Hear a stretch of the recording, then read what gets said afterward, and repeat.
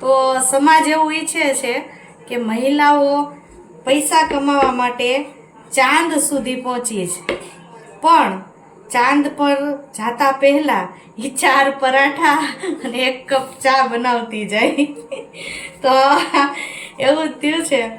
અત્યારે સવારના વાગ્યા છે 5 અને જાતા પહેલા ચા અને પરાઠા બનાવવા એ તો જરૂરી જ છે, કારણ કે પાછળ જે હોય એને ઉઠતા હોય ચા પરાઠા તો જોતા જ હોય છે.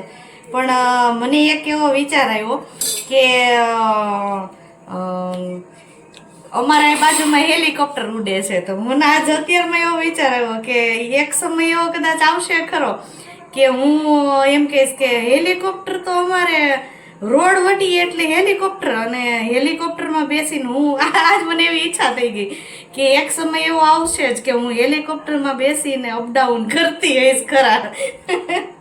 હાજી, સમાજ આગળ વધતો જાય છે, ટેકનોલોજી છે એ આગળ વધતી જાય છે, તો કદાચ મારી આ ઈચ્છા એવી પૂરી થઈ શકશે ખરી એવું મને લાગે છે કે હું હેલિકોપ્ટરમાં બેસીને સ્કૂલે અપડાઉન કરીશ એમ. અને પાછ કહીશે ખરા કે અમારે તો રોડ વટી એટલે હેલિકોપ્ટર. હવારમાં હેલિકોપ્ટરની વાતો ચાલુ કરી છે, એટલે મારું કહેવાનું એમ થાય છે, હેલિકોપ્ટર મંગાવો તો કાંઈ વાંધો નહીં, મંગાવજો, સીએનજી વાળું મંગાવજો, કંઈક થોડુંક સસ્તું પડે, કંઈક એવરેજ સારી હોય. પેટ્રોલ વાળું છે ને પોહા નથી, પોહાતું કારે પોહાતી નથી. હેલિકોપ્ટર પણ કદાચ એવું બની શકશે કે જ્યારે હું હેલિકોપ્ટરમાં અપડાઉન કરતી તો હેલિકોપ્ટર છે એ કદાચ સીએનજી વાળું આવી ગયું હશે.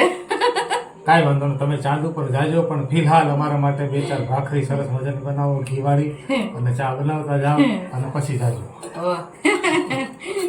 અત્યારમાં ઉઠી નણી કાઢ નાખી.